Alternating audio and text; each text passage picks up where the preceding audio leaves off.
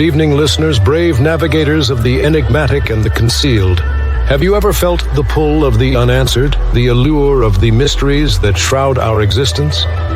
For more than a decade, a unique comic publisher has dared to dive into these mysteries, unafraid of the secrets they might uncover. This audacious entity is Paranoid American. Welcome to the mystifying universe of the Paranoid American podcast. Launched in the year 2012, Paranoid American has been on a mission to decipher the encrypted secrets of our world. From the unnerving enigma of MK Ultra mind control to the clandestine assemblies of secret societies. From the awe-inspiring frontiers of forbidden technology to the arcane patterns of occult symbols in our very own pop culture. They have committed to unveiling the concealed realities that lie just beneath the surface. Join us as we navigate these intricate landscapes, decoding the hidden scripts of our society and challenging the accepted perceptions of reality. Folks, I've got a big problem on my hands. There's a company called Paranoid American making all these funny memes and comics. Now, I'm a fair guy. I believe in free speech, as long as it doesn't cross the line. And if these AI-generated memes dare to make fun of me, they're crossing the line. This is your expedition into the realm of the extraordinary, the secret, the shrouded. Come with us as we sift through the world's grand mysteries, question the standardized narratives, and brave the cryptic labyrinth of the concealed truth. So strap yourselves in, broaden your horizons, and steel yourselves for a voyage into the enigmatic heart of the Paranoid American podcast, where each story, every image, every revelation brings us one step closer to the elusive truth.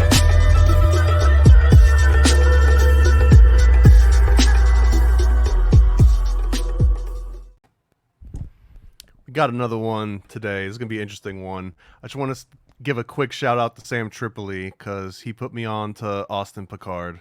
That's homeboy right here. And I was just telling Austin that the first time I just saw Sam post like that they had an episode together, and in the description it just had the word PATCON, and my immediately just jumped to my email and sent Austin an email and was like, when can I get you on? I want to talk about this. So first of all, we'll get into that. Welcome to the show, Austin. Let people know who the hell you are, where the hell to find you, what the hell you're all about. All right, brother. I just have to first say thank you for bringing me on, man. It really means a lot.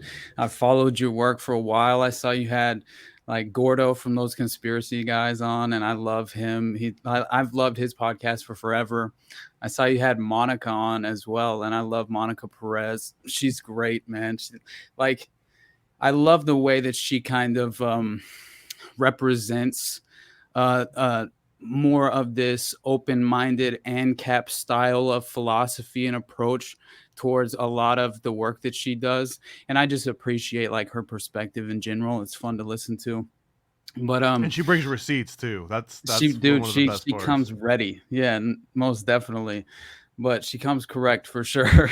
But I love Brad Binkley too. When they were doing the propaganda report together, that's when I found them, and I've always enjoyed that. But yeah, Sam, dude. I mean, I absolutely love him so much, and I can't thank him enough for bringing me on Tinfoil.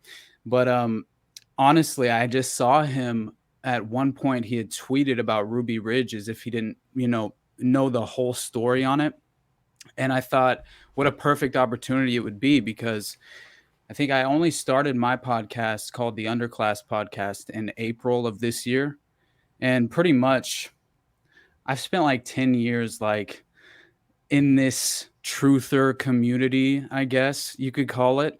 But basically I was completely delusional because of my experience in the public school system and then my attachment to Hollywood.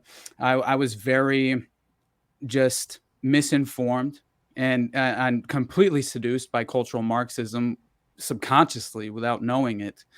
And I think that's honestly a huge part of the public schooling system, which, the Prussian model and everything. And I talked about that briefly on Sam's show because it truly is what sets us all. And I think generationally, like we have a real problem right now, like the four stages of ideological subversion from Yuri Bezmenov when he talked to G. Edward Griffin, I think it was, and he was like a KGB defector, and he basically laid out how the public schooling system in America and the education system, it's basically based on this system called outcome-based education, and it's intended to thwart our cultural sense of morality in every facet of life almost. And it truly is cultural Marxism, stemming all the way from the Frankfurt School and the Tavistock Institute. And when I read the Committee of 300, which, by the way, today I listened to your podcast with Monica, and I was like, what are the odds that that she brings that up and that you guys talked about that? And then you talked about OKC for a second, and that's like I was going to really, cover like at least a crucial part of OKC that I think plays a huge role in this insane story that I truly believe is PATCON. That we all know COINTELPRO, right? I mean, at least we should, right? Like the feds infiltrating these leftist groups in the 60s and 70s, basically, and like the Black Panthers and all of this. And I really do believe that PATCON just a rebranding of that and to target, the Christian identity movement, the right wing, First and Second Amendment. I mean, it's honestly a way to demonize that entire ideological aisle of the culture divide, which I also believe is completely manufactured, and I'll get into that as well. But I kind of believe the culture war is a psychological operation in general, because it's really we're dealing with a class war. I mean, this is class warfare. I would say in most cases, I mean, because think about the elites, how our society is structured. None of their children go to public school. I mean, to the government schooling system, as far as the propaganda prisons that we all seem to be, overexposed to as children. And that's not a Well, they free. didn't use public anything. Anything. fine. Public restrooms, public eateries, God. public schools. None of it is public. They don't do No. any of that stuff. Libraries, they don't go to public libraries. Absolutely not. No. And on top of that, right, like it seems like, and it's hilarious because they all live behind gated communities with all this private security, you know what I mean? And they don't seem to have to live in the same paradigm that the rest of us endure, on a daily basis. And so I just think that after I was exposed to all these alternative narratives that made so much more sense, that seemed to fill in all the holes, that seemed to actually give me some answers, and like I said, make sense of the paradigm that I find myself in. I feel like the world we live in is really truly the upside down world, where, like Ron Paul says, where truth is treason and war is peace, and I just like I would say I definitely have trust issues at this point. Like a good example would be like, I think like Derek Bros did this great job when he and we don't have any journalism like this anymore, where they actually are on the beat and trying to catch people in the moment and ask them a question where they're caught off guard. And there was this moment where he caught Tulsi Gabbard unaware after a campaign event, some speech she had given. I can't remember exactly what the context was, but he caught her when she was like walking with her security to her car, and she briefly entertained him. And I get he did kind of throw a softball to hopefully get a moment. And then through the process, he pretty much tries to pin her down on the fact that she was found on listed on the World Economic Forum's future global leaders list, right? And I thought her natural instinctual reaction to that was like very revealing, you know, like I could, at least in my opinion, that was my interpretation, because she was pretty aggressively kind of hostile to Derek for asking that question.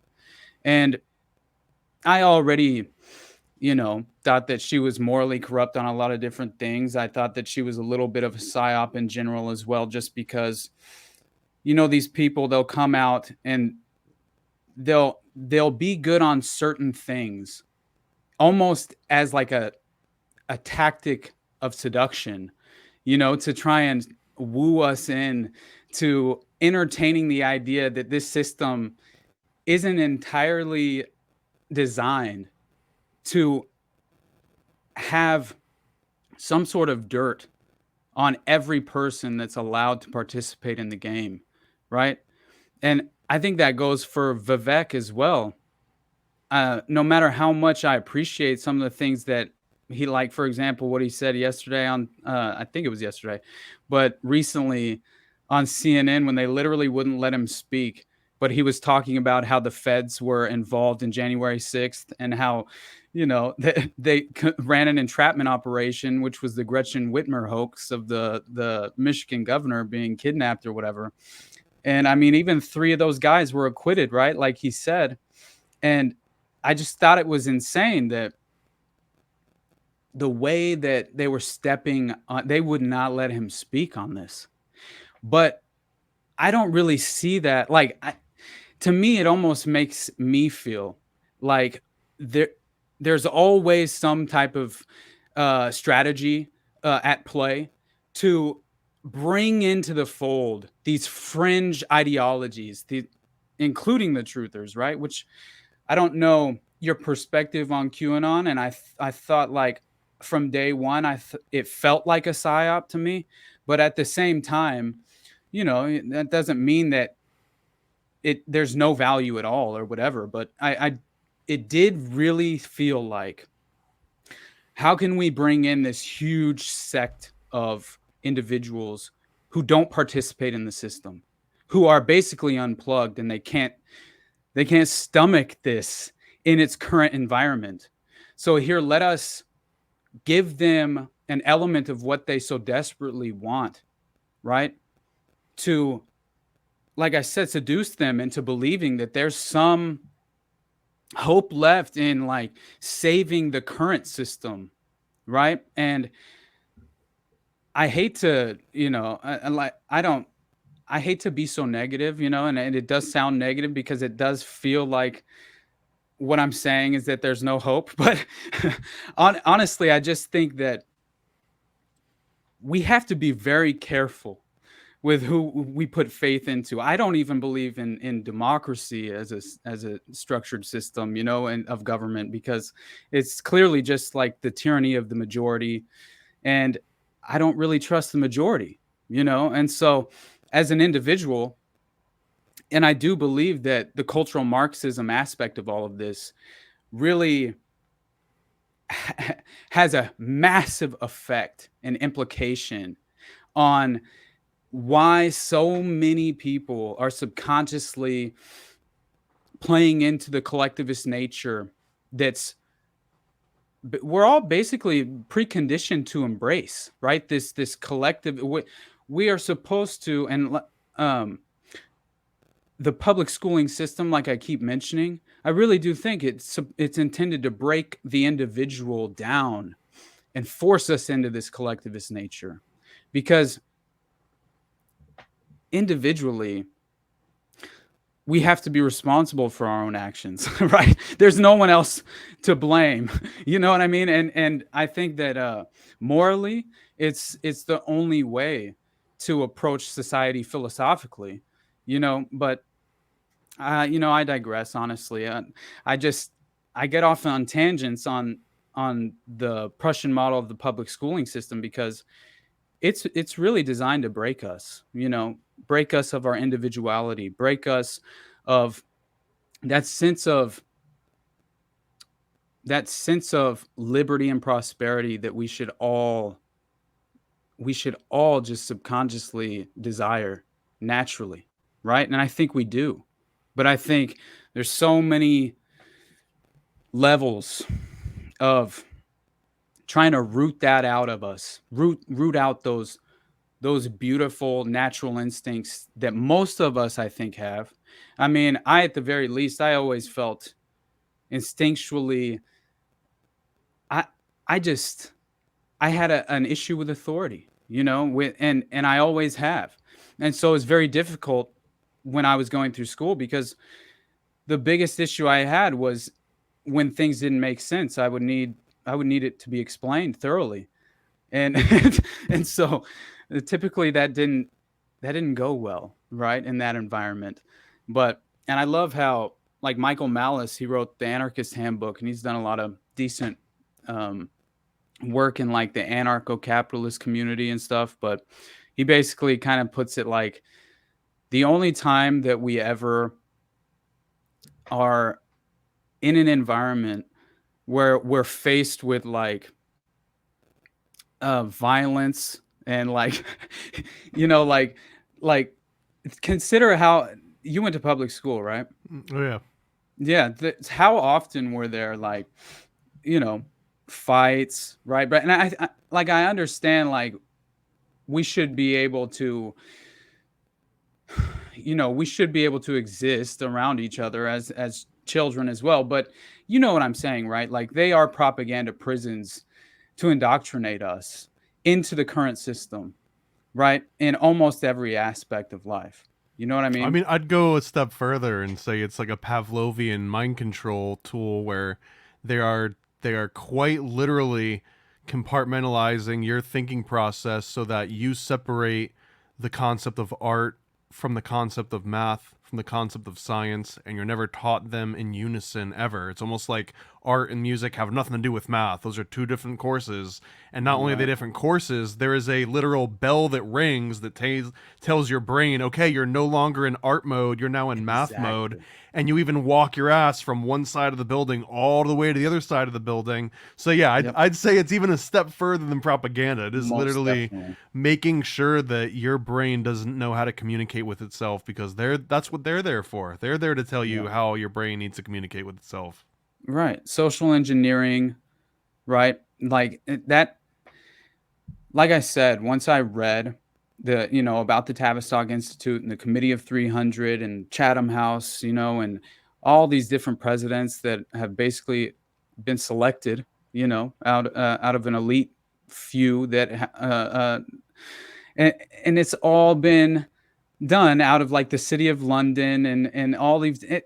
It really, much about Eustace Mullins, right? I know that he worked on some seminal work, especially like early days of conspiracy theories. He even had, I think, a record about like the Illuminati. Oh yeah. But yeah, go ahead. Well, all I'm saying is that I find it. He basically he gives these, like, he gives this amazing interview, and it's a long format, but he explains this alternative version of history, right? And he basically explains how the Rothschild family and other elite families and elite, like the Committee of 300 that I mentioned, they all helped finance the American Revolution. They helped finance the Civil War. And he goes into excruciating detail. It's very interesting, and even lists, like, the companies and the different groups but it really did force me to reevaluate and reflect on everything that I thought I once knew, right? And I think that we all have to basically do that. We have to go back, and this is why it's so difficult, I think, because you have to. How many people want to admit that they're wrong in general in the first place, let alone go to the extreme of completely restructuring the way that we even approach our perception of reality, and to what benefit too? Like Right. You don't get an extra zero at the end of your paycheck. You don't Absolutely run not. faster. You don't sleep better. Like there's Yeah. no real benefit to it. You can't even relate to No. people in the same way, right? Very Because if much, someone yeah. wants to talk about the latest Taylor Swift album, you're just like, have you Oh, heard of this Attorney in Cube? Do you know oh my about how God, we're all under the rule of Jupiter? my brother. It's so excruciating to see, like, and it's funny because I've tried to find something after going through all of this. I've tried to find something that I can hold on to as like, uh, where I can just relax and let my brain just. I almost need that after trying to get to the bottom of a lot of these false narratives. I need something that can allow me to just relax my brain and not use it, right? And so I use what I ran from, which were like organized sports and enjoying, anything like that. I ran from that originally because, oh, it's the massive distraction that's, meant to keep us from And now learning you're in about. line for the Yeah, bread and yeah. circus, huh? Right, yeah, exactly. Now I'm like, dude, just give me football and shut the fuck up about Taylor Swift, please. You know what I mean? Like, but no, it is hilarious how much programming it's in.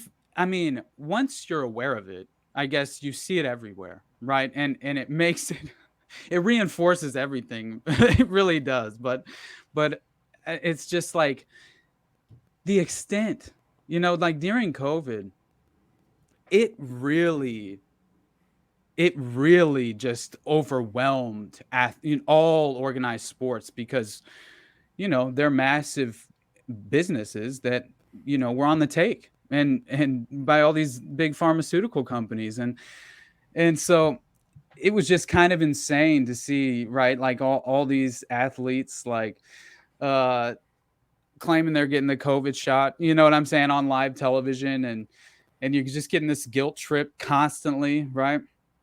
And that's a huge reason why I started my podcast. Honestly, I just couldn't take it anymore after that.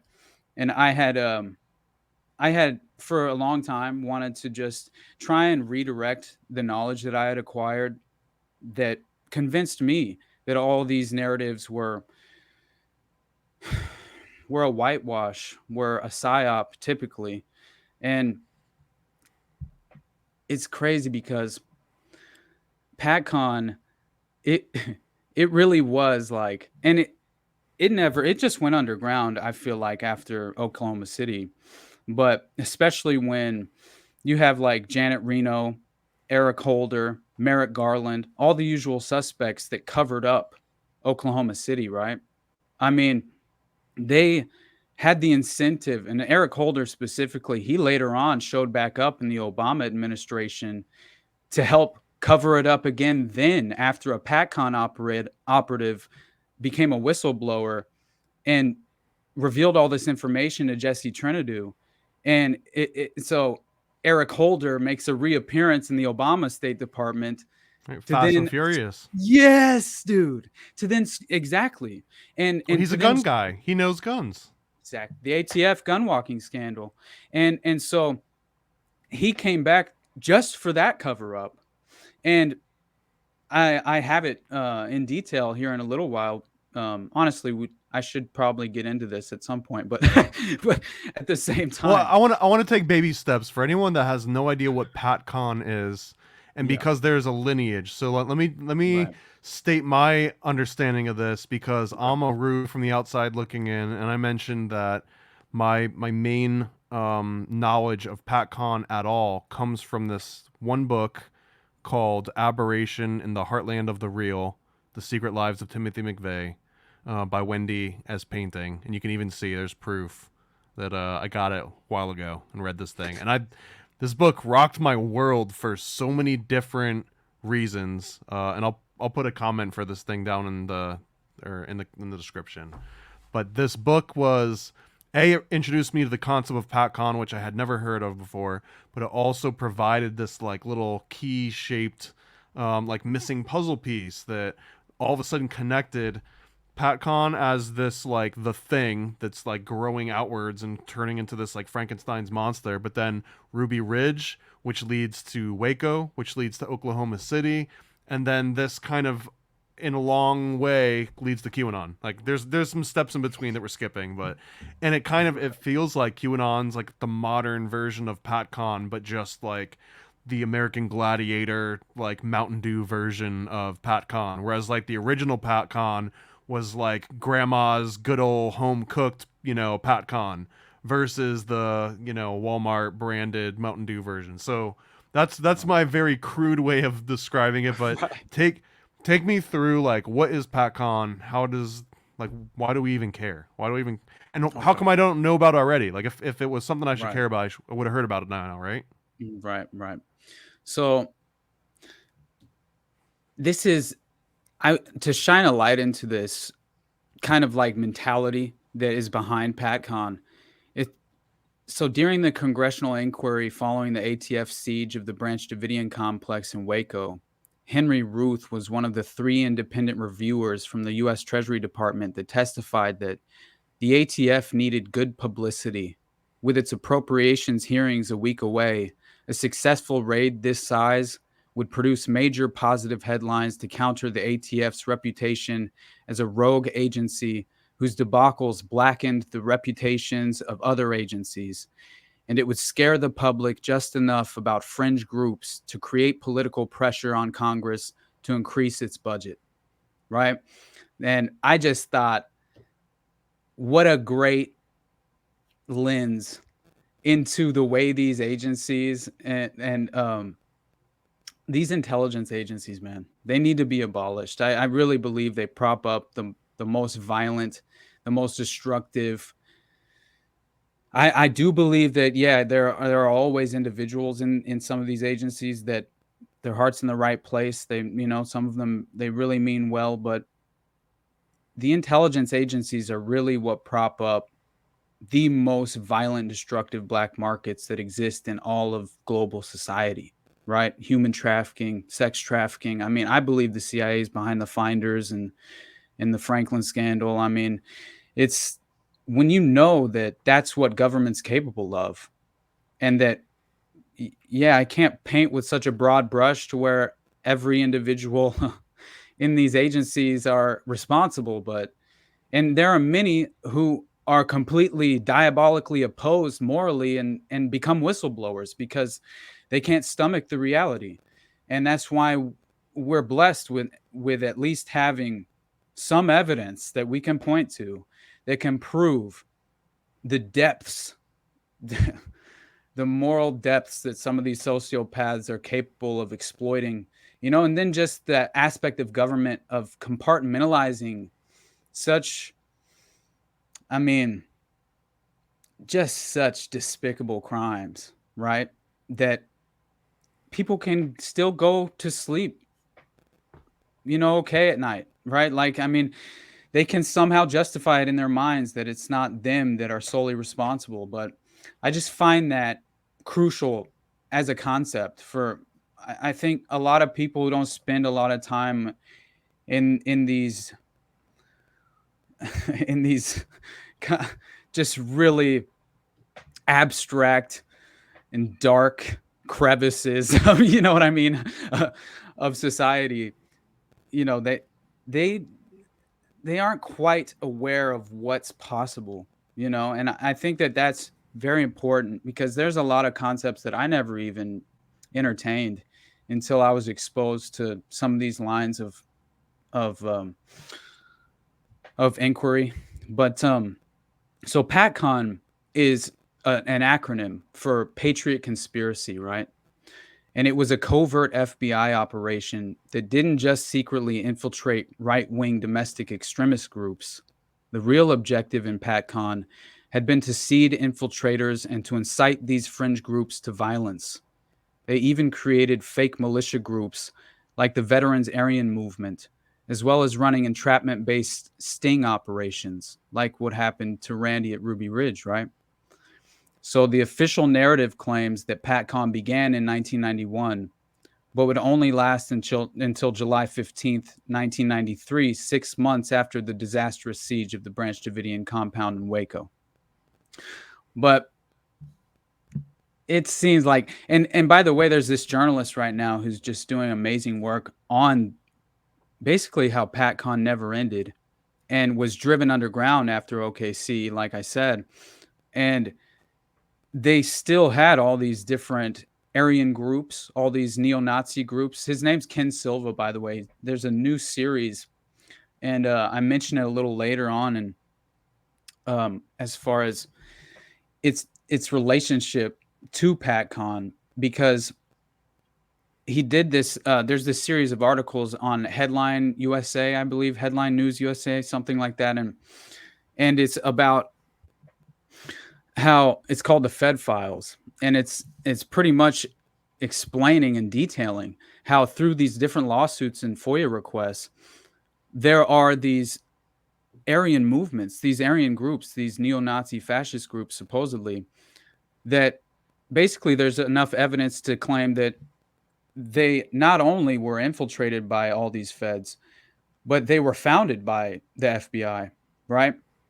And even beyond that, they founded counter-protesting groups and then would send them to places like in Charlottesville, where they would set up a powder keg type scenario with a majority of the people involved being federal informants, and a lot of people were also implicated as federal agents, which is just pretty extraordinary in general.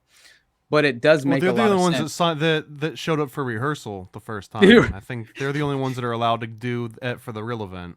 Exactly. And in the Gretchen Whitmer case, weren't they even like, I think that the feds were even like picking up these civilians that they were taking to their destination. They were like, not only did they come up with the plan that would not have ever been in the minds of these civilians in the first place, they were also giving them credit cards, picking them up, taking them to the different places they needed to go. It was, talk about entrapment. It goes a little bit further than that, I would say. Well, this is even like every story that you read about, like the kid drug dealer that gets caught by the cops, and then you find out that like he never wanted to, and that he just wanted a friend, and the one friend that he found happened to be an undercover cop, and then the undercover cop uses that fragile friendship with this at-risk youth, and then is like, hey, go sell drugs if you want to keep being my friend. And now it's like, sorry mom, your kid's a convict, what did you do? You raised this scumbag into society. You're right. We're gonna lock him up. There's one aspect that really stood out to me, and in a comical way, because I work on comic books, so it's like I've got a very crude way of like turning horrible tragedies into comedy sometimes. But it's like there's this certain point in Oklahoma City where they had Elohim City, and Elohim City is supposed to be the nefarious villain, underground Cobra headquarters, where all the bad racists and neo-Nazis show up and they learn how to make bombs and they do all their drills. But there's this very real feeling concept where if you were to show up and look around, it's like 90% are FBI and ATF and DEA and just like all these acronyms. And there might be like one guy that's there as a contractor that's actually one of these extremists, but every single other person there is in some 3-letter alphabet agency. But they don't coordinate with each other because they're all in competition with each other and their budgets. So then like they're each like hyping each other up. So the FBI guy is convincing the CIA guy to build a bomb, and the CIA guy is like, well, yeah, only if you do a mass shooting. And they like keep upping each other until they grab that contractor in the back and they're like, all right, you. And he's like, what? I don't even know what you guys were talking about. Like, just hold this button and hit the red button when I say so. And I'm oversimplifying it, but it's almost like no one was going to do any of this horrible stuff except the alphabet agencies. And then they like build people up. They give them the resources. They get them there on time, which is probably over half of the things, right? Just showing up to the explosion at the right time. Cause otherwise it doesn't all work out. And oh my God, man. Like, I think that I did come prepared to at least touch on Kenneth Trinidad and Terrence Yeakey for a moment, because I felt like it's such a smoking gun for OKC. Well, let's start on Terrence, because he was the cop that was a first responder. dude, a hero cop, at least Hell yeah. in my opinion. Like legitimately this guy should Yeah. have, and this dude, this is the one. Okay, it's really quick tangent. I promise. Quick Go tangent. ahead, dude. This is exactly why I do what I do with Paranoid American and the comics I write and stuff, because I read this story about Terrence and I just immediately think, how come this guy doesn't have like the Terminator or like the Expendables? Right. Like, how come someone hasn't converted this guy's story into a freaking blockbuster? And then you're like, oh, well, of course, because he represents like corruption and Yeah. blackmail and like the government, like, you know, sacrificing its own to hide its own. Faith So in yeah, the everyone, system, right? if Terrence's story became like the Will Smith blockbuster, everyone would be like, abolish the ATF, abolish the FBI. So of course it can't. So anyways, that's kind of the inspiration for what I do. Like, if anyone's gonna do the Terrence, is it Yeakey? Terrence Yeakey, yeah. Terrence Yeakey. If anyone's gonna do like him as a blockbuster movie or a comic or something, I feel like it would be Paranoid American. I'll stop tooting my own horn. You might as well, buddy. That's and I'm not great even kidding. idea. I've got a 6-issue script that's been written for more than a couple years about Oklahoma Oh my City God. that goes into every little nook and cranny that we're That's talking about amazing. here. Awesome. But it's not an easy one to fund, man. There's not a lot of people sure. clamoring for the OKC retelling, but we're going to get there. So yeah, Man. tell us about Terrence Yeakey a little bit. Okay, will do. All right, so I believe that his story is basically the proof positive of the major cover-up at the level of local law enforcement, and we need to condemn the leadership in the Oklahoma City Police Department for shielding the public from the truth in that case, while protecting the very federal government corruption, including state-sponsored terrorism, which is basically what that story really tells, you know, the truth of that story. And so Officer Terrence Yeakey, like I said, his story, and like you said, it resonated with me above all others, I felt like. And mainly, well, okay, so he's a hero cop, first officer on the scene, only minutes after the bombing, courageously rushed into what was left of the Murrow building and spent over 3.5 hours pulling victims from the rubble, ultimately being responsible for saving at least 8 people. And he would receive multiple awards for his heroic actions in the wake of the bombing, including being awarded the key to the city of El Reno, Oklahoma. But reportedly, he was reluctant to embrace the moniker of hero. And he kept telling his ex-wife, Tanya, who her name, I believe her maiden name is Tanya Rivera. So she says, and this was detailed in the Washington Weekly in April 21st, 1997. So this is what she says. He kept telling me it wasn't what I thought it was, that they were only choosing officers who were not even at the site, you know, who didn't see anything, to take public rewards, recognition, that sort of stuff. They started pressuring them into taking the rewards. There came a time about mid-year where they were forcing him into going to these award ceremonies, as in, yes, you could not go, but we'll make your life hell. The story of this reluctant hero, she added, was nothing more than a real thin veil of truth which covered up a mountain of deceit. Terry wanted no part of it, she said. His sister, Vicky Jones, agreed, and she said, Terry hated that stuff. I'm no hero, he would say. Nobody that had anything to do with helping those people in that bombing are heroes. Why would the Medal of Valor recipient make such a bizarre sounding statement? Right? Like, you really consider that. It's his personal letter. His untimely death is probably the biggest smoking gun there. Brother. So, yeah. But in a letter, he wrote to a bombing victim and friend named Ramona, right? He tells her his reason for the reluctance to be honored as a hero in all these ceremonies. And he says, I hope that whatever you hear now and in the future will not change your opinions about myself or others with the Oklahoma City Police Department, although some of the things I'm about to tell you are very disturbing. I don't know if you recall everything that happened that morning or not, so I'm not sure if you know what I'm referring to. The man that you and I were talking about in the pictures I have made the mistake of asking too many questions as to his role in the bombing and was told to back off. I was told by several officers he was an ATF agent who was overseeing the bombing plot, and at the time the photos were taken, he was calling in his report of what had just went down. I think my days as a police officer are numbered because of the way my supervisors are acting, and there's a lot of secrets floating around now about my mental state of mind. I think they're going to write me up because of my ex-wife and a VPO. That's a protective order, right? Which Tanya, she rescinded that order very quickly, and it was all basically just because they had separated and they were arguing. It wasn't anything extreme at all. And she's spoken out since, and she's pretty great on all of this, by the way. But so this is still his letter to Ramona, his personal friend and apparently a bombing victim. So Terrence says, I told you about talking to Chaplain Poe. Well, the bastard wrote me up in a report stating I should be relieved of my duties.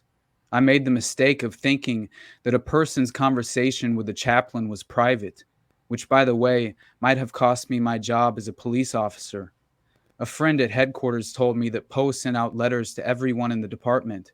That bitch, Joanne Randall, I told you about, is up to something, and I think it has something to do with Poe. If she gets her way, they will tar and feather me. I was told that Jack Poe has written up a report on every single officer that has been in to see him, including Gordon Martin and John Avery.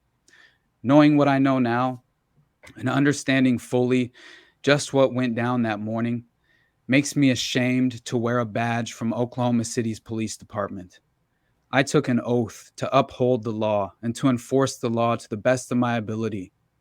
This is something I cannot honestly do and hold my head up proud any longer if I keep my silence as I am ordered to do. There are several others out there who was what we saw, and even some who saw what we saw. There are several others out there who saw what we saw, and even some who played a role in what happened that day. My guess is, and this is after 2 pages were missing, by the way, in this letter. My guess is the more time an officer has to think about the screw-up, the more he is going to question what happened. Can you imagine what would be coming down now if that had been our officers who had let this happen? Because it was the feds that did this, and not the locals, is the reason it's okay. You were right all along, and I am truly sorry I doubted you and your motives about recording history. You should know that it is going to be one hell of a fight.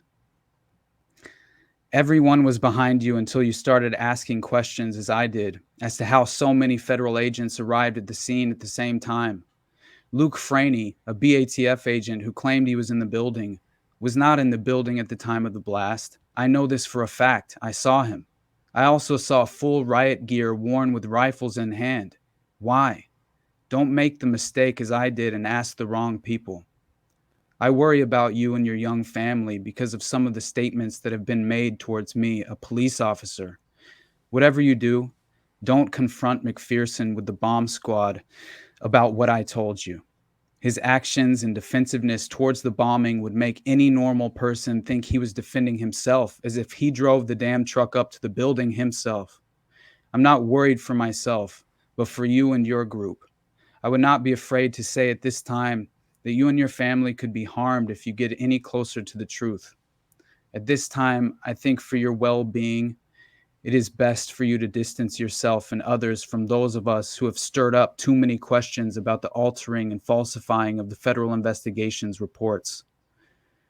I truly believe there are other officers like me out there who would not settle for anything but the truth. It is just a matter of finding them.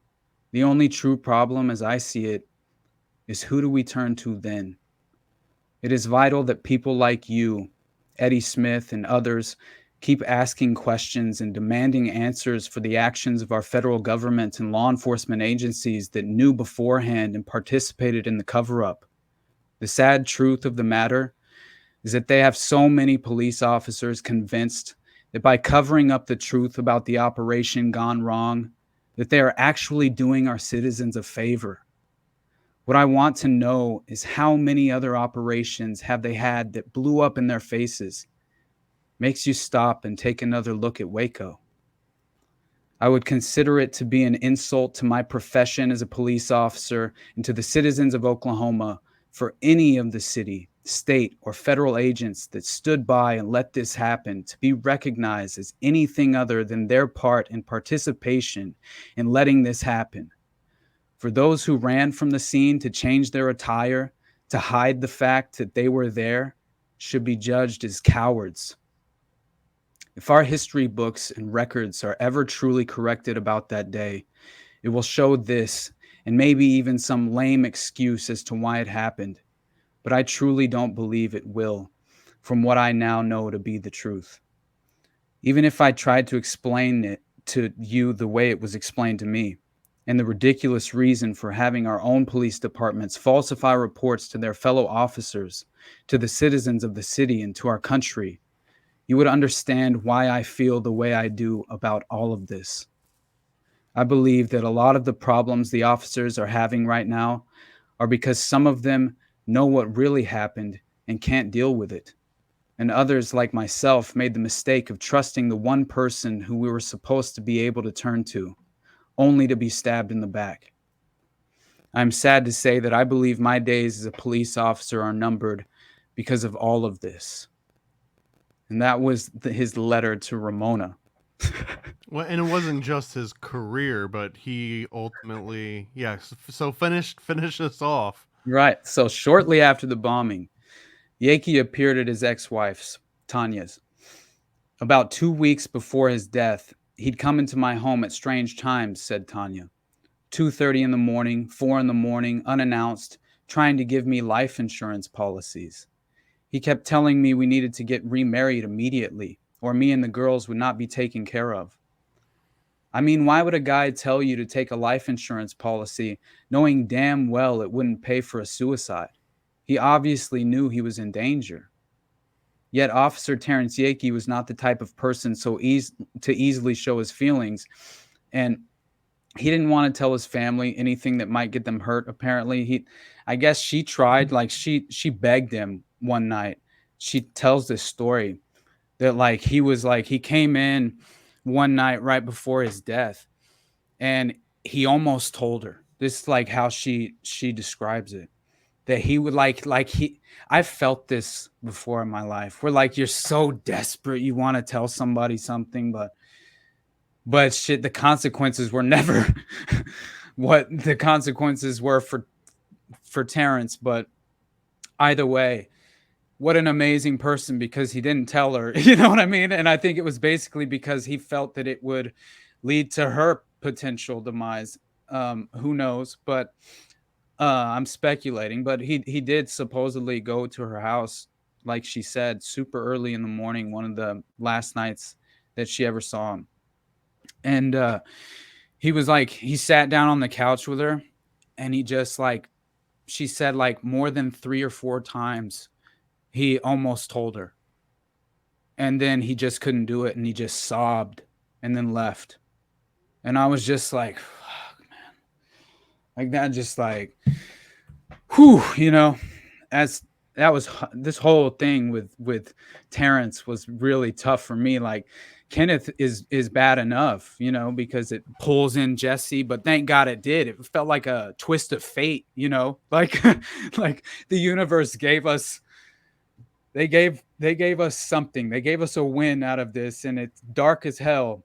And someone had to be sacrificed for us to get a window of truth into this case. But man, well, and Terrence Yeakey's, in my opinion, it's really interesting because this was not a white nationalist extremist. This is a black police officer. Right, that like a community police officer, Oklahoma City, and Right. he looks at it from the completely other end. He's like, okay, yeah, I was here. I don't really feel like I'm a hero. Oh wait, Right. but why are they giving like Sergeant Bob a medal? Like he wasn't even on shift that day. Why are these guys saying that like the ATF was never there, and why is that ATF guy saying he was in the building? Like none of this is making sense, and I don't understand why you'd even lie about any of this. Don't you guys want to know what actually happened? And he starts Right. picking at that thread, right? And they're like, Oh my Terrence, God. drop it. And he's like, Yeah. but I don't get it. It doesn't. Why is this this? And why is this? And then Hmm. eventually he realized, oh crap, I've uncovered something, and now I'm gonna Yep. die for it. And you know what I think? And I'll save it for just a second to tell you what I think right after we get to the end of the Yeakey story, because the way that they found his car, not only his body, right? Oh my God, they were looking for something, which like I said, I'll go into detail in a moment. But so Tanya said that he told her just enough to let her know that it was not what they were making it out to be. That's what she said. And that he was disgusted and didn't want any part of it, but he never went into detail. And she said, it scared me. That's what she said. And so on May 8th, 1996, 3 days before Sergeant Terrence Yeakey was to receive the Oklahoma Police Department's Medal of Valor, he was found dead in a field in El Reno, Oklahoma. A Canadian county deputy sheriff named Mike Ramsey discovered Yeakey's abandoned car. It was filled with blood. He immediately called a homicide investigator and taped off the crime scene. Although the scene was technically in the jurisdiction of the El Reno Police Department, the Oklahoma City police chief would fly a helicopter down to El Reno and take control of the crime scene. So already, this is a little unusual, right? And what I also think is amazing is that the narrative around Terrence is still that he's a hero, that he was a hero in this, and he was so upset by the things that he witnessed that he had to take his own life, right? That's the official narrative, right? I thought the official story was that he was having some sort of a dispute with his ex-wife, and that's what was pushed marital over the edge. issue, right? And that's another reason why I'm glad you said that, because Tanya mentioned how she was called by someone who basically was trying to get her to re-implement and refile for the VPO, the protective order, almost as if, and this was right before she was notified about Terrence's death. So it was almost as if they were trying to set up a plausible enough narrative for the public to be able to accept. Look, he was clearly losing his mind and becoming aggressive because his wife, she refiled for a VPO, but she refused to do it. And there were false reports that she ended up doing it. And she tried to deny all of those to like local news media and stuff like that, which I found interesting. And she got like a crazy weird message on her voicemail as well that very night. And but anyway, let me quickly touch on how they found his body in his car, which this was his day off as well, right? And he had told a friend he was trying to shake the feds. That was another thing that was unusual. So it wouldn't be until several hours after the vehicle was found that police dogs located Yeakey's body in a ditch about 1.5 miles away from the car with no firearm found. Both of his wrists had been slashed in numerous places. His throat had been cut from ear to ear, and he had reportedly lost about 2 pints of blood before getting out of his car, locking it, and proceeded to walk 1.5 miles over rough terrain, crawling under a barbed wire fence, wading through a culvert, and then laid down in a ditch, deciding that that was the right time to shoot himself in the head at a very uncomfortable angle for a self-inflicted gunshot wound, right? He sucked at this, dude. Yeah. He sucked at this. So bad. D-. In killing yourself, right? It's still a passing grade, but it's like a D-. Most definitely. The Oklahoma City Police Department would suspiciously rule his death a suicide, despite not having a suicide note or a suicide weapon, or grappling with the fact that he also had handcuff marks on his wrists, as well as rope burns on his body, complete with grass in his wounds, indicating his body potentially being dragged to the final location. And of course, no autopsy would be performed on Terrence Yeakey's body. And when his car was discovered, locked up and filled with his own blood, it was also in very unusual condition. The seats had been completely unbolted. The floorboards had been ripped up. The side panels had been removed. And it looked very much as if whoever did that to the car was searching for something. The morning of the bombing, Terry was very upset, according to an article by Pat Shannon. And this is pretty much a smoking gun, I felt. Because what they say, and this is according to this report, the morning of the bombing, Terry was very upset. He reportedly called his ex-wife crying and saying repeatedly, "It's not true. It's not what they are saying. It didn't happen that way." Now, in an interview with Tanya after his death, she revealed that Terry had been very upset by something he had seen under the daycare center on April 19th. He had wanted to go back and photograph it, but the officials would not let him onto the site again. The Oklahoma City Bombing Investigation Committee speculates that what Terry saw may have coincided with the possible evidence of another unreported bombing device uncovered. Sergeant Yeakey had told friends that he was going out of town to hide or secure evidence of a cover-up of the bombing by federal agents. And it was his day off, like I said, and he was traveling in his private automobile. So in his last known conversation, Terry reportedly told a friend that he was being followed by the feds and had to shake them. Previously, his household had been subjected to numerous threatening phone calls by persons unknown, threats which have not ceased even after his death. And they were slashing their tires, Tanya's tires too. And they were like breaking into their house. And apparently Terrence had even taken a VHS, a recording device, but it was one where he had two VHS recorders. So he was basically trying to copy a tape, right? Copy a recording. And that's at least what Tanya was saying. And so she said that right before he died, he came to her house and he had a VHS recorder with a tape in it. And he begged her, he said, "Whatever you do, do not watch this tape." Right. And he said he was trying to hide it there for some reason. And so she said after his death, right. And his family also said this, that, like I said, he was in his private car. So his squad car, his police car had already been seized by authorities by this time, before the family could even see anything in the car, anything, right? And it was taken out of his driveway from his personal house.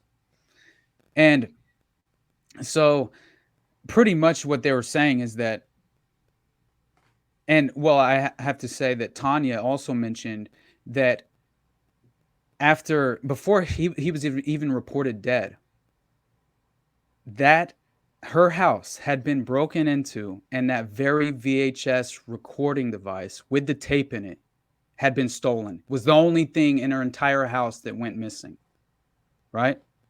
That alone, I just thought was, okay, that makes a lot of sense, because the Oklahoma City Police Department was the only other department other than the feds that had access to those tapes from the Murrah building, right? And so they had access. It was in lockup at the OKCPD. And so allegedly Terrence tried to copy that tape, right? And I think he did. And I think that that's what led to his death, and that's why when he tried to go back to the scene later, he went at night with Tanya. And when they went, some Fed was there, and he caught Terrence trying to get back in to take pictures of what he supposedly saw. And if you take into account all the evidence that shows that it wasn't the Ryder truck that caused such significant damage to the Murrow building, it couldn't have been, basically, is what they say. And that they say that all of the forensics analysis shows that there had to have been all these different structural pillars in the building that had been strategically set with what's it called, the putty and the wiring. Yeah. And there's a lot of evidence that points to that happening, with Andreas Strassmeyer being spotted there by one of the federal employees that worked at the Murrow building, and that they had putty and wiring like that looked like explosives, and that they had been seen standing at one of the structural pillars and potentially rigging it up with that explosive device.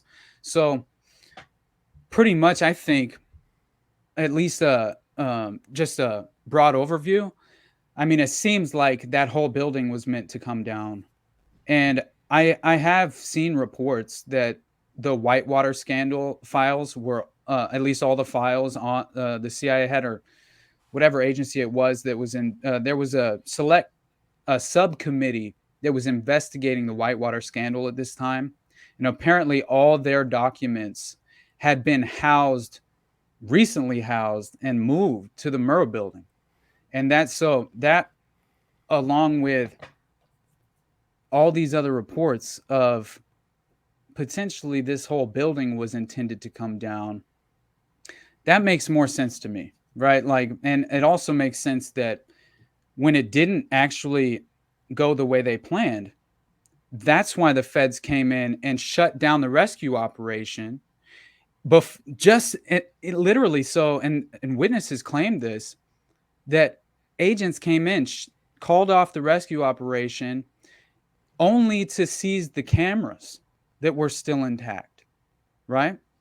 And so that seems a little interesting, especially since all the video evidence that could have strategically shown John Doe 2, right? The Ryder truck pulling up to the Murrow building, all of that. Well, we've decided there was no John Doe 2 at this point. right. Oh, I forgot. I'm sorry. Sorry about that. I wanted to point out too that this is the best way that I've seen it described, but the movie Armageddon. Remember this from like 1998? Yeah. Steven Tyler and Liv Tyler was in it, and Ben Affleck. Mm-hmm. So the whole premise of Armageddon was that there's an asteroid that's heading towards Earth, and that they're going to try and destroy the asteroid, and that you can't just shoot a missile at it, because if something explodes on the outside of this huge asteroid, the best you can hope to do is it kind of like pushes it a little way, or maybe like knocks a little chip off of the very edge of it, but you're not going to just like destroy the asteroid from an explosion that happens on the surface. So what they have to do is they have to drill into the center. And spoiler alert for anyone that hasn't seen Armageddon, it legitimately is a good movie. But they have to drill into the center of the asteroid and then put explosives inside the center of it, so that when it explodes, it actually causes the asteroid to crumble and deteriorate. And it's kind of exactly what happens here, that if you drive a Ryder truck out to the outside of a building and it explodes on the outside of the building, at best it takes a couple chunks out of the outside of the building. It maybe like shifts it a little bit in the opposite direction. But what it doesn't do, and this is the crazy conspiracy theory stuff that thinks all these coincidences were more than right. But so the crazy conspiracy theory is that you can't blow. It's basically Armageddon, that you can blow up a Ryder truck on the side of an asteroid and that'll take the asteroid down, and then you don't have to drive it into the center of the asteroid and put thermite up and then have that explode. And that's essentially what Terrence Yeakey, maybe he went inside the center of the asteroid and he was like, oh wait, there's thermite in here. There's not a Ryder truck. So another interesting aspect of this is there was like some high-ranking general in the Air Force retired that was like a specialist in what structures and in architecture. Oh, And I he know had exactly the who you're exact same talking about. thought. Yep. And he got a buck up his ass over this and was like, wait a minute, none of this makes sense. Yep. And became almost like an advocate. Did he Dude, die? It seems like that would get you killed. Right. You would think, but I think he was so dismissed by the state-sponsored media. You know, they just made him out to be a fringe conspiracy psychopath. You know, and at this time, They just also Just happen like- to be a high-ranking officer in Right, the right. military. But aside from all that, he was a crazy conspiracy theorist. right, definitely. I mean, his name, I have it right He here. was like a brigadier general or something. Yeah, he was a he wasn't just retired- BS. No, dude, he was a retired U.S. Air Force brigadier general Yep. named Benton K. Parton, and he served as the commander of the Air Force Armament Technology Laboratory and had a collective 25 years of design and testing experience handling explosives and ballistic weapons. So a freaking like a idiot bumpkin, Right, inbred, right. American Clearly a Gladiator novice watching, knuckle Who has dragger. no frame Got of it. reference. Right. He's So- not, dude. Stay in your lane. What did you say his specialty was in again? Armament Technology Laboratory had a collective 25 years of design and testing experience handling explosives and ballistic weapons. So he had no idea what the hell he was talking about. Stay in your Right. lane, dude. Go back and talk Exactly. about ballistics and whatever the hell you said. Nothing about Right. rider trucks in there. Nothing about daycare Yep. centers. This Yep. guy probably was never even in a daycare center a day in his life. Right, so right, who the right. hell? So Oh, that's great, man.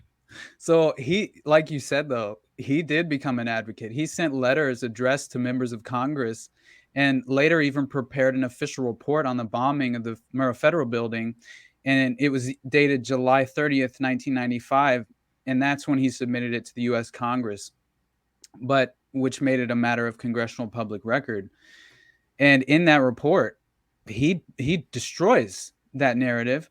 And he says, when I first saw the picture of the truck bomb's asymmetrical damage to the federal building in Oklahoma, my immediate reaction was that the pattern of damage would have been technically impossible without supplementary demolition charges at some of the reinforced concrete bases inside the building, a standard demolition technique, right? And he says, for a simplistic blast truck bomb of the size and composition reported, to be able to reach out on the order of 60 feet and collapse a reinforced column base the size of column A7 is beyond credulity. The total incompatibility with a single truck bomb lies in the fact that either some columns collapsed that should not have collapsed, or some of the columns are still standing that should have collapsed and did not. Reinforced concrete targets in large buildings are hard targets to blast. I know of no way possible to reproduce the apparent building damage through simply a truck bomb effort. If it is easy to determine whether a column was failed by contact demolition charges or by blast loading, such as a truck bomb, he didn't say if it is, he said it is easy to determine. So it is also easy to cover up crucial evidence, as was apparently done in Waco, right? Which, by the way, the front freaking door, which would have proven who shot first. Oh, it goes missing as well from evidence. What? Who is in charge of the evidence in these cases, man? I mean, it seems to always go strategically missing when it could only... There was this guy named Terrence Yeakey. No one's seen him for a while. He took a personal day. yeah. Oh my God, man. It just kills me. It was Ruby Ridge, Waco, and OKC were my red pill officially. You know, like that's what really forced me to re-examine everything I thought was true. How many guns have you filed down today alone? That's what I mean. It's like with Randy, it's even crazier because like he started the cut on the shotgun at the legal limit. And then the Fed tells him, no, I want it cut here. Mm-hmm. Shave it a little bit more, bud. No one will tell anyone about this. Absolutely crazy. So here's an open-ended question a little bit. How do I get a and I mean this to be a little bit incendiary. How do I get a non-white, non-racist person to give a shit about Randy Weaver? Because it almost seems like if you become sympathetic to Weaver, or God help you, if you become sympathetic to David Koresh and the Branch Davidians, like you yourself are already a nutcase, and you probably should have been burnt to death by Janet Reno personally, along with the rest of them, right? So how do I go and snatch somebody? You know, let's go find a 13-year-old black kid, and how do I make him care about Randy Weaver? And I know it's like almost an impossible task, and I mean that to be inflammatory in a way, but it's also a very honest question. For sure. I mean, I think it really boils down to like or a 14-year-old Asian girl. Like there's nothing. But how do I find a militia-minded kid that like already wants to shoot guns and move out into the woods? It's definitely tough. It's definitely tough, but I think really the best way is to maybe even just read Sarah's account, the 16-year-old girl, of what she told PBS, because it's like at that point, once you read her account, it pretty much becomes impossible to imagine that these people were impossible to deal with, and that they couldn't just de-escalate by going up to the door and trying to have a conversation, right? I mean, alone, the fact that when they tried to entrap Randy, this is so crazy because he was like, when the feds first arrested him, he's driving with his wife, Vicky. And apparently a couple of BATF agents, they tried to serve this warrant, and they say this is 8 months after the supposed sale of the shotguns to a BATF agent. And a couple of BATF agents approached Weaver and asked him to serve as an informant within the Aryan nations. They told him they didn't have a warrant, but they did have incriminating conversations on tape. And they threatened him with arrest and confiscation of his truck or house if he didn't cooperate. And Randy replied, "Fuck off." In December 1990, Randy was indicted for manufacturing, possessing, and selling illegal firearms. And the difference between legal and illegal in this case was about 1/4 of an inch per barrel and $200 tax stamp.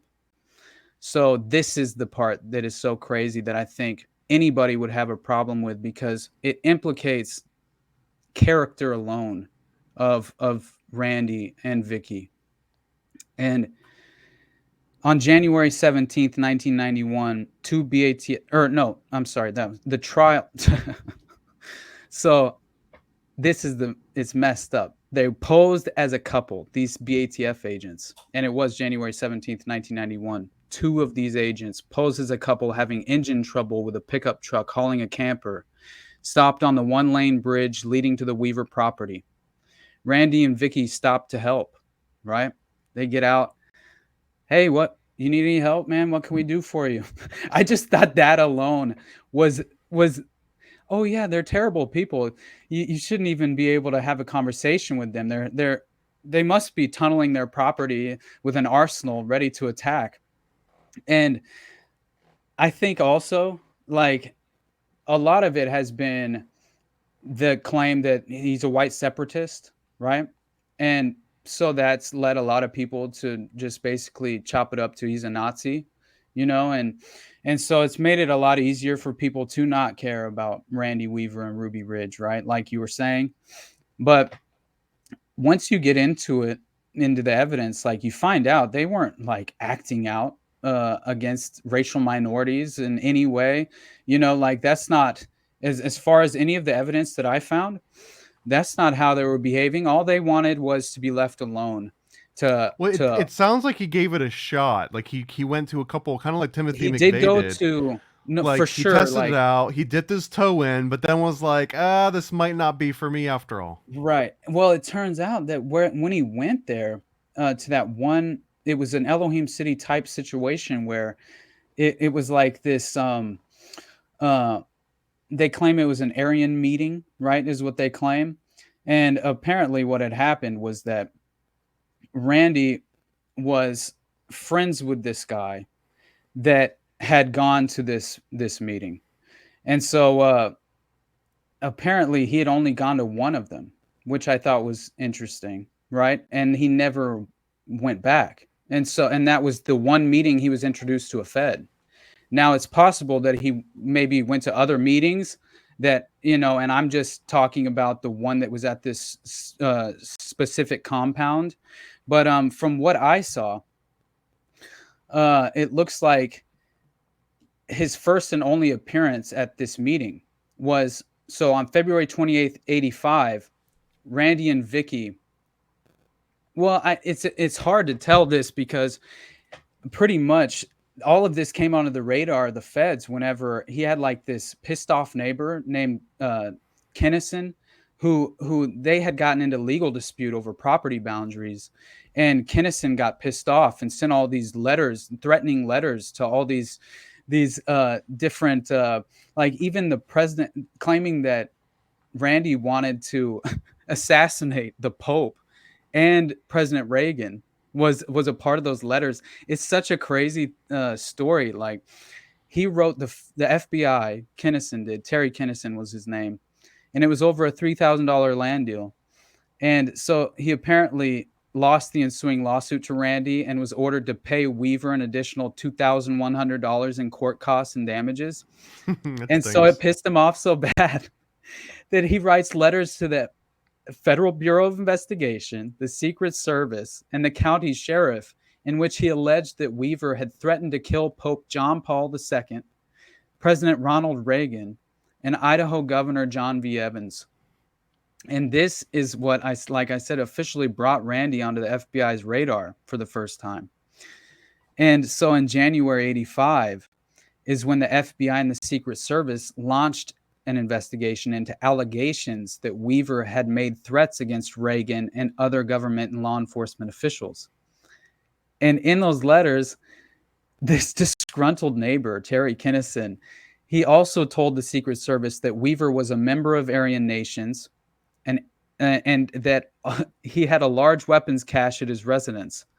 So on February 12th, 85, 2 FBI agents, 2 Secret Service agents, the county sheriff and chief investigator interviewed Vicky and Randy and accused him of being a member of Aryan nations due to the fact that during their month-long investigation, they had witnessed him associating with a man by the name of Frank Cumnick, who was known to associate with members of the Aryan nations. And so apparently Weaver got pissed at the investigators when they asked him this question and were implicating him as being this member of the Aryan nations because of his association with Cumnick.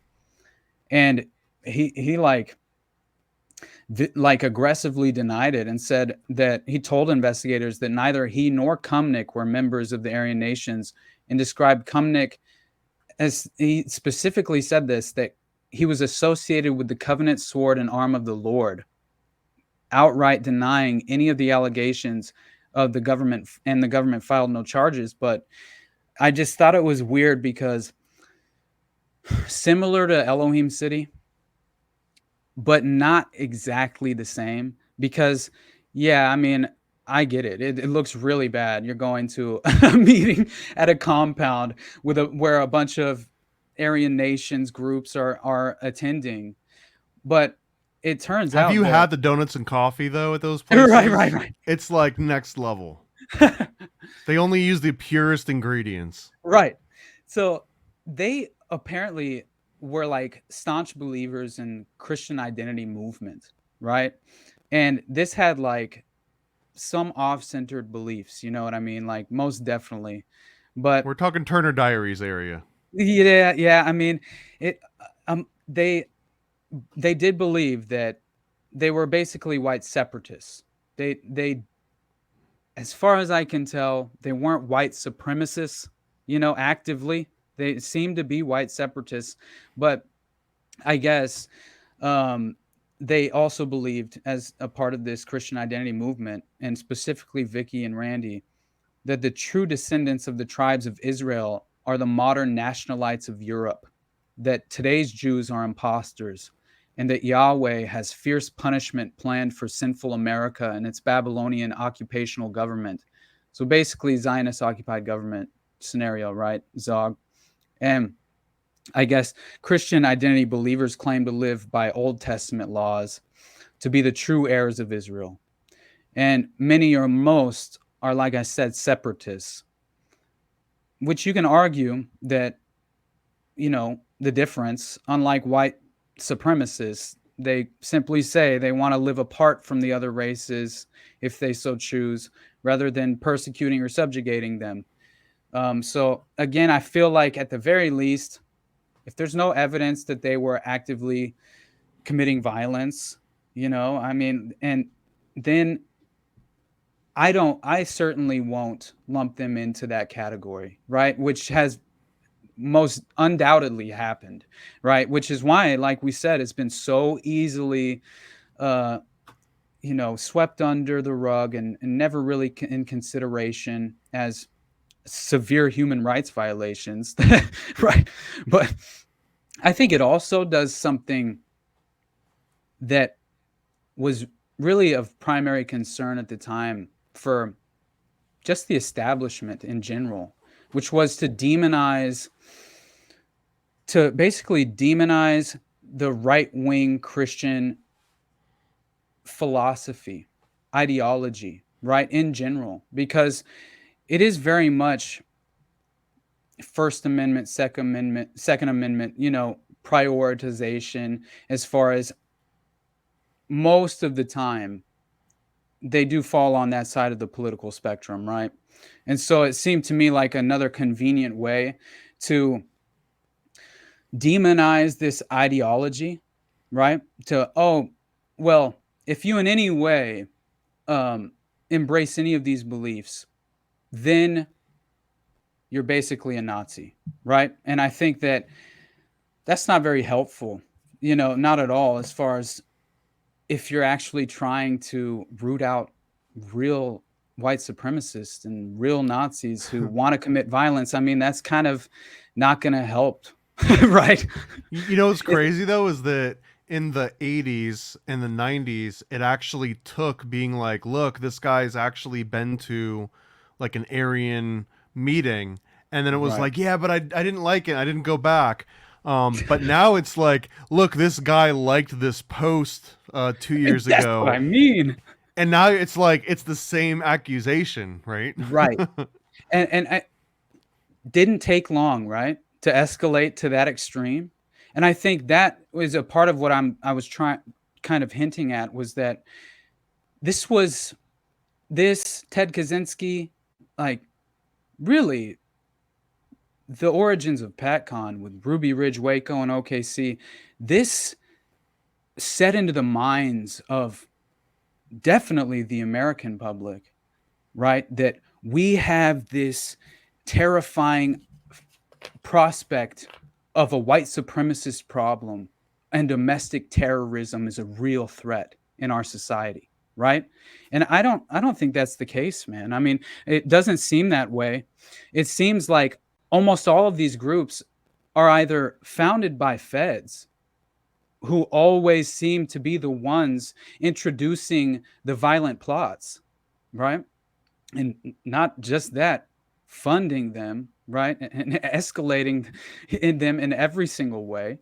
And I mean, we know this with they did the exact same thing with Islamic terrorism, international terrorism. So it's not far off to at least make that implication that this was a plausible narrative to manufacture and implement into the minds of the public to help fuel a culture war and a divide in this country that's going to be very difficult to come back from, right? And Do you think that it's possible the FBI or the ATF are good guys and they are fighting for what's right, but they just really suck at their jobs and they keep letting like the bad guys in and they get to the highest ranks because they never see it coming? I mean, I think that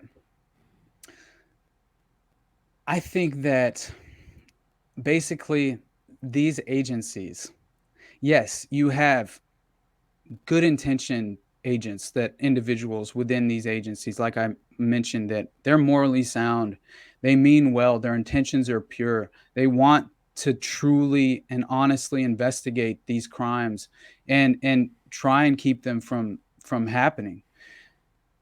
But I also believe that special interests rule the day. And in the end, the way that they are allowed and the way they function inherently is through compartmentalizing everything they do.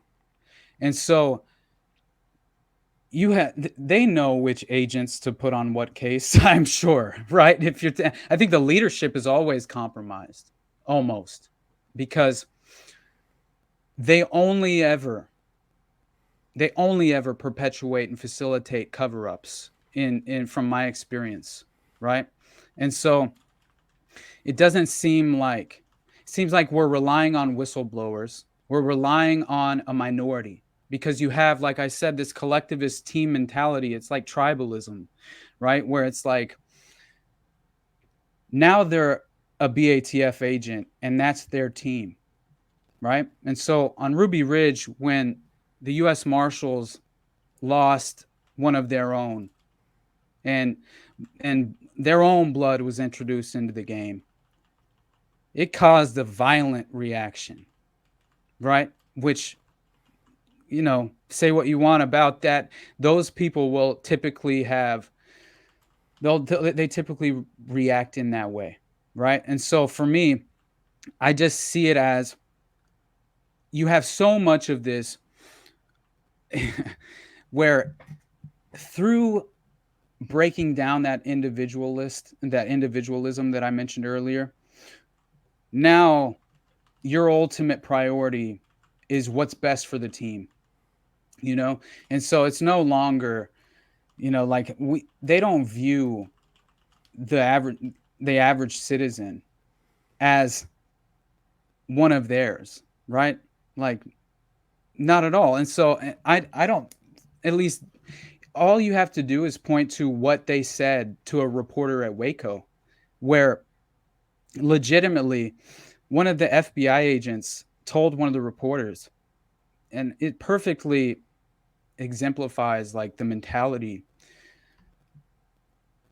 He said 5,000 to 1. Those are the odds against us. 5,000 people to every one officer of the law. Do you know how we keep order with those odds? Because people believe we're more powerful than we are.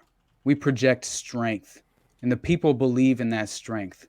When we sit outside a place like this for weeks on end, waiting for them to tire, we look weak in front of the rest of the world, and every asshole with a bomb kit starts getting ideas.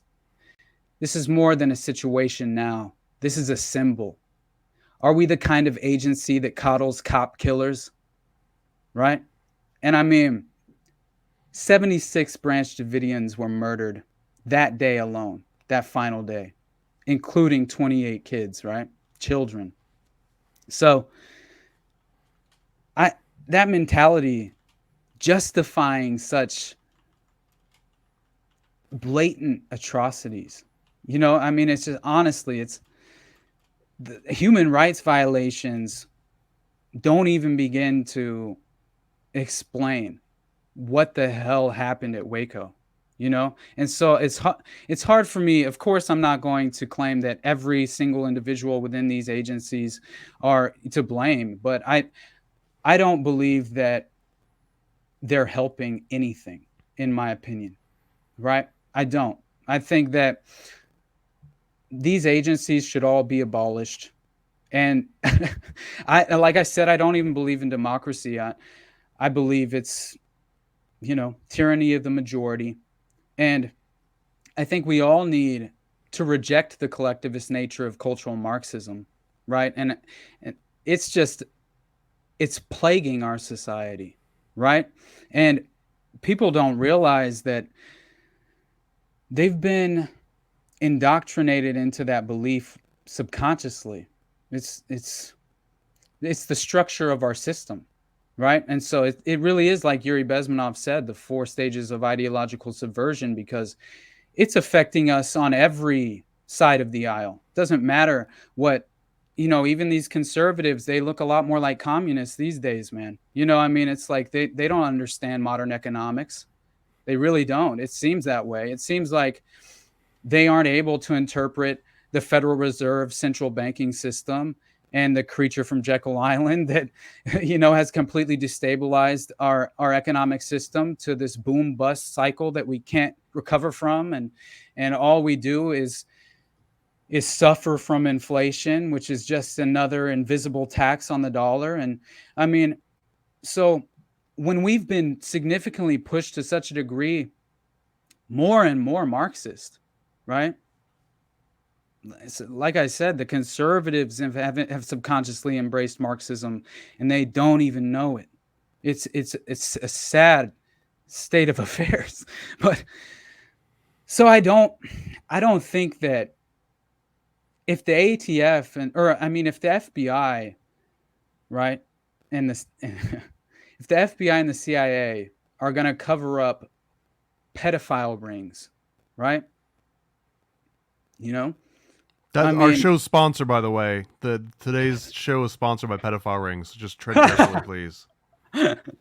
Then how the hell can we trust that, they're going to get to the bottom of anything? I mean, they're covering up these crimes at the highest level. I'm not saying that, like I said, it's not every agent in the FBI. No, but the leadership is consistently compromised. And I mean, we can just point to, I find it insane that, so RFK Jr., right? He wrote that book on Anthony Fauci, and I still think it's very valuable. And I love a lot of what he did, at least bringing some attention to vaccines and autism. Also sponsored the show. Vaccines and autism both sponsored the show.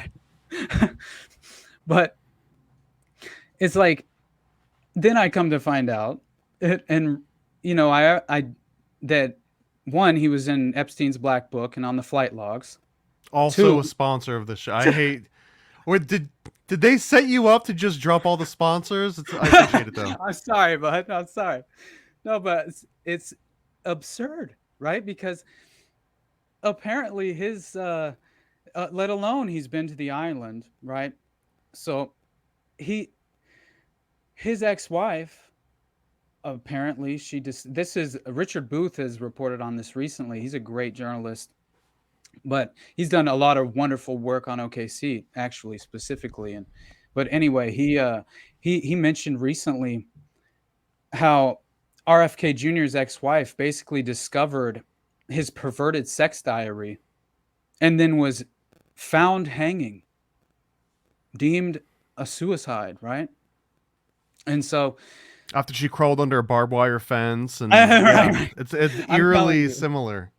I'm telling you, man. Like, I just can't understand how people don't see patterns here, right? Well, I want to ask you, because I got another really quick segment to start wrapping up, but I want to figure out where you see patterns.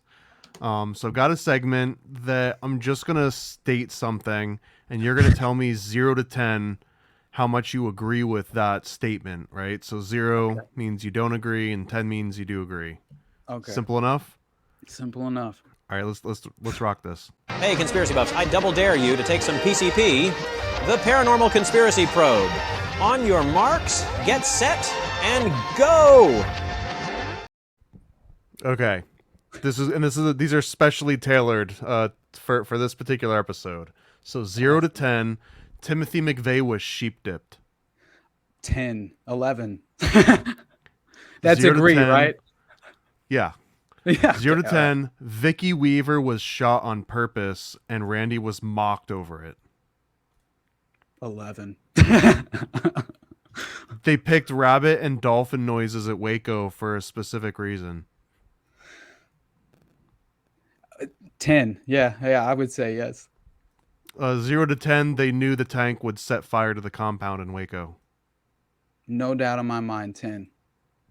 0 to 10 that shaving an extra quarter inch off the top of a gun makes it scarier. I disagree. 0. 0 to 10, Timothy McVeigh was a racist. It's possible. I guess it's possible. I mean, So 5? 5, 6? yeah. I'm not certain on that one, but it is possible. 0 to 10 that Jolly West was in the same room as Timothy McVeigh at some point. Oh, I know that one. Yeah, definitely. 0 to 10. I'm sorry, but he seems to give a lot of different psychological what's it called, where they break down, they give them the profiling. Yeah, exactly. He profiled out all of these guys. Jack Ruby right after he met with him, right? I mean, It's a coincidence. You keep focusing on coincidences. I'm sorry. Okay, go ahead. 0 to 10, QAnon is a modern day version of PATCON. It's similar. I see it more as a psyop because I still think PATCON's happening. And before we end, let me tell you why. But that's it. Go ahead. 10. Wait. Was like 7. Okay. 0 to 10, Koresh was opening the 7 seals. Well, that's crazy. I mean, it's possible, man. I certainly want to know what the hell it was. That's for sure. 0 to 10 that somebody could open the 7 seals. I don't know. It sounds amazing and it intrigues me. I'm at least like intrigued enough to I want to look more into what exactly that even means. And as long as I listen to Koresh, if you can minimize, him having sexual relations with, a little bit too young children, obviously. As you do. Problem. I mean, what are you even running a sex cult for if that's not part of the deal? Right. Other than that, I'm telling you, he had a way with words. He was definitely like, he almost put you in a trance. It was dude, he cucked every man he came across. He was just like, your daughter and your wife, they're mine now. And they would just be like, yes. So crazy. Yep. How can I debate with an argument so strong? Yes. And it was all different, like, honey, have you heard this guy's opening the 7 seals? Get on your knees. Oh, that's so great. I mean, not at all, but and then 0 to 10, there's a basement under Comet Ping Pong. Oh, yeah. I mean, well, here's what's interesting on that is that the basement is that for sure that cooler room that they showed, that refrigerated room. Sir, I said a basement. You're not allowed to bring wine cellars or coolers into this. It has to be a basement. My bad. I think there was, man, a 10. Well, you were wrong. It was actually a wine cellar, and a wine cellar is not a basement. So checkmate. Damn it. So I do want to. You said that you wanted to make. You wanted to say something about QAnon and, right. PATCON. I assume it's going to just be your unbridled support of the entire QAnon movement, and that you stand for a 2nd January 6th. Go ahead. Right. Where are people meeting up to saw off their shotguns with, what is it, Austin Pickard, PIC, ARD? Everyone's going to show up outside the White House on what day? Are we still doing January 6th? Are we doing the 7th? Oh, you're killing me, brother. No, sorry. What were you going to say, though, about the QAnon and the PATCON connection? Okay. So, PATCON, I found this to be very, almost like a smoking gun, honestly, because Larry Potts was supposed to be the guy who, so PATCON was directly overseen by Larry Potts, and he was the assistant FBI director who was later responsible for supervising the Ruby Ridge operation from FBI headquarters, which led to accusations that Potts approved the order saying FBI agents can and should shoot, effectively changing the standard rules of engagement, which was the real story behind Ruby Ridge, because PATCON operatives were even embedded in the FBI SWAT team. But we also need to remember the signed deposition given by convicted co-conspirator Terry Nichols, connecting a recurring character in these unnecessary tragedies occurring all throughout the 90s. He wrote in his deposition that McVeigh was extremely upset and angry. Therein, what I believe was an accidental slip of the tongue, McVeigh revealed the identity of a high-ranking FBI official who was apparently directing McVeigh in the bomb plot. The name McVeigh let slip was Larry Potts, lead FBI agent at Ruby Ridge. McVeigh said he believed Potts was manipulating him and forcing him to go off script, which I understood meant to change the target of the bombing, Nichols said. That was the only time that I ever heard McVeigh refer to Larry Potts. Larry Potts did not only supervise the Waco massacre and the siege at Ruby Ridge, he has also been implicated in directly supervising the FBI's PATCON operation, and almost immediately after the 95 bombing, he was conveniently promoted to deputy director of the FBI. So Utah attorney Jesse Trinidad, that we keep mentioning, that his brother Kenneth was suicided. Jesse gave an interview with Scott Horton, which I love to death.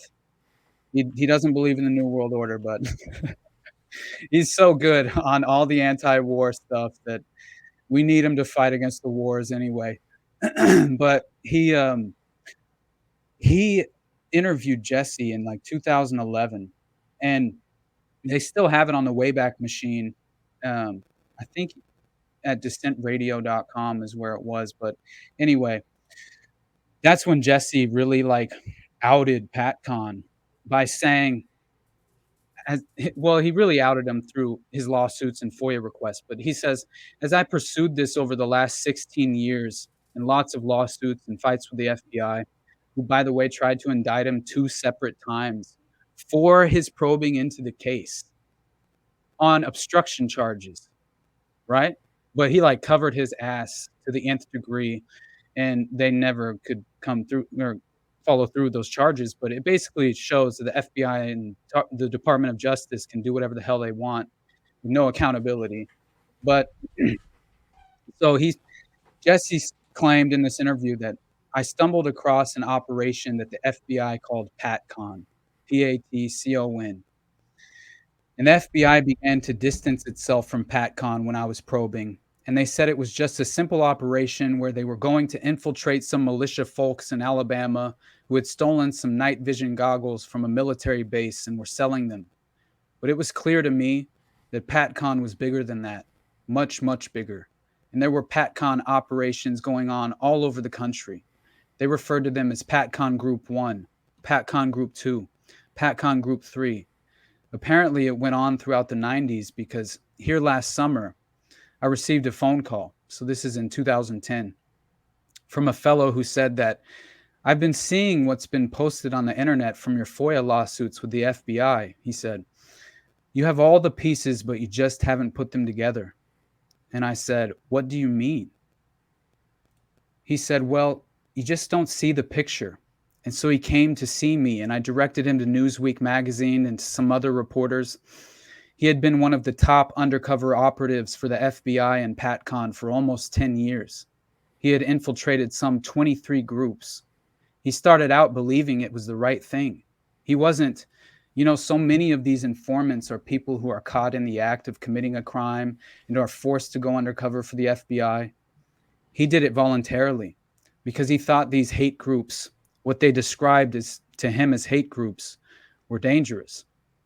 In hindsight, he said, looking back on it, he sees now that the agenda was to infiltrate and incite the militia movement, the right-wing Christian movement, to violence, so that the Justice Department could crush them.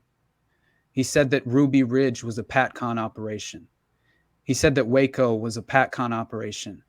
He believed that Oklahoma City was, but he wasn't involved in it. But he did say that other members of the PATCON group were involved in Oklahoma City. That's crazy. There's like PATCON 1. What PATCON are you part of, Austin? 5, I don't 6? know. Are you double digits? So we could keep going for a long time, but I need to go and feed my dogs.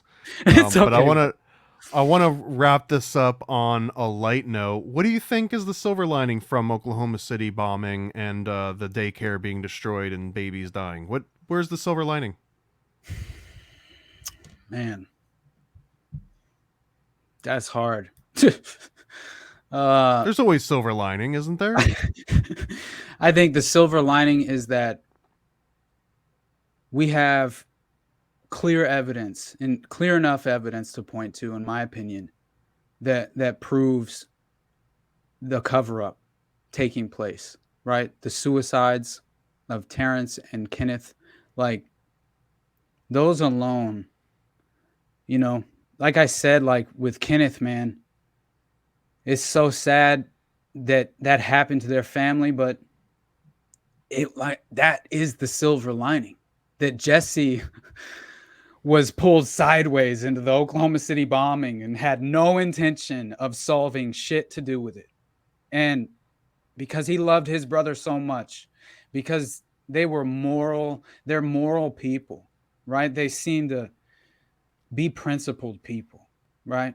They fucked with the wrong guy, man. Jesse is just so valuable. Like, he's literally spent the rest of it. I wish I had a brother like that. I don't have a brother, but I'm just saying, like, I wish I had a brother that loved me like that, right? Where you some brothers like fart in your face life and give you knuckle sandwiches, and others will avenge your death. I'm sure a lot of that happened, yeah. but it really is the perfect. I feel like example. Ken would have been the one farting on Jesse. Yeah, I do too. He was kind of like the I did too. A little bit of a biker vibe to him. For real. But there's this super brief H.L. Mencken quote that I think it applies to people like us, at least, who are doing what we're doing. And he said, "The most dangerous man to any government is the man who is able to think things out for himself, without regard to the prevailing superstitions and taboos. Almost inevitably, he comes to the conclusion that the government he lives under is dishonest, insane, and intolerable. And so, if he is romantic, he tries to change it. And even if he is not romantic personally, he is very apt to spread discontent among those who are." I just love it, because that's what I want, man. I mean, we need to at least ruffle some feathers and try and shake loose these prevailing narratives that seem to be so entrenched in the minds of the average person affected by the mainstream media apparatus, the culture war, you know. I think it's bigger than that. You know, I think this is like a spiritual battle, and we can come out implementing beautiful principles in our lives as individuals. And I just think that as long as we try and continually define them for ourselves in a pursuit to hopefully improve our own lives, you know, maybe we can live in a world one day, you know, that's not so dark. Maybe in so a few thousand years. Yeah, I know. But I feel like at the very least, finding like-minded people, it's so worthwhile. You know, it really is, because this isolates and fractures families, you know, and if you let it, right? Nothing's worth that, right? But we do have to maintain a sense of morality, a moral foundation we're proud of. So I just really appreciate you having me on, brother. I really do, man. And I felt like I was all over the place on this one. I had like 6 of my tabs up of notes, and I was just trying to go through each one. But you're only going to get through so much in like an hour or so anyways. So in no real order, but... Major shout out to Sam for even, birthing you onto the scene for me to see and connect us. So I can't thank you to Sam. enough. Yeah. Thank you to Austin. Thank you for the research that you're doing and for making it accessible. And as a really quick exit note, I've got some Waco sticker sheets that you can grab. Oh my God. To support. Here you go. All American stickers, cryptids, cults, and killers. We got all your favorite conspiracies, all the land and more on our sticker sheets. Paranoid American stickers, they'll make you smile and snicker. False flags and secret societies, all of these and more on our sticker sheets. Explore the unique with Paranoid American sticker sheets. Unearth tales of cryptids, cults, and mysteries through each sticker. These won't last long. Get yours now at paranoidamerican.com. All American stickers, cryptids, cults, and killers. We got all your favorite conspiracies, all of that and more on our sticker sheets. Paranoid American stickers, they'll make you smile and snicker. False flags and secret societies, all of these and more on our sticker sheets. What the heck are you waiting for? Discover the extraordinary with Paranoid American sticker sheets. From cryptids in the night to cults out of sight, each sticker is a unique find. Get yours now at paranoidamerican.com.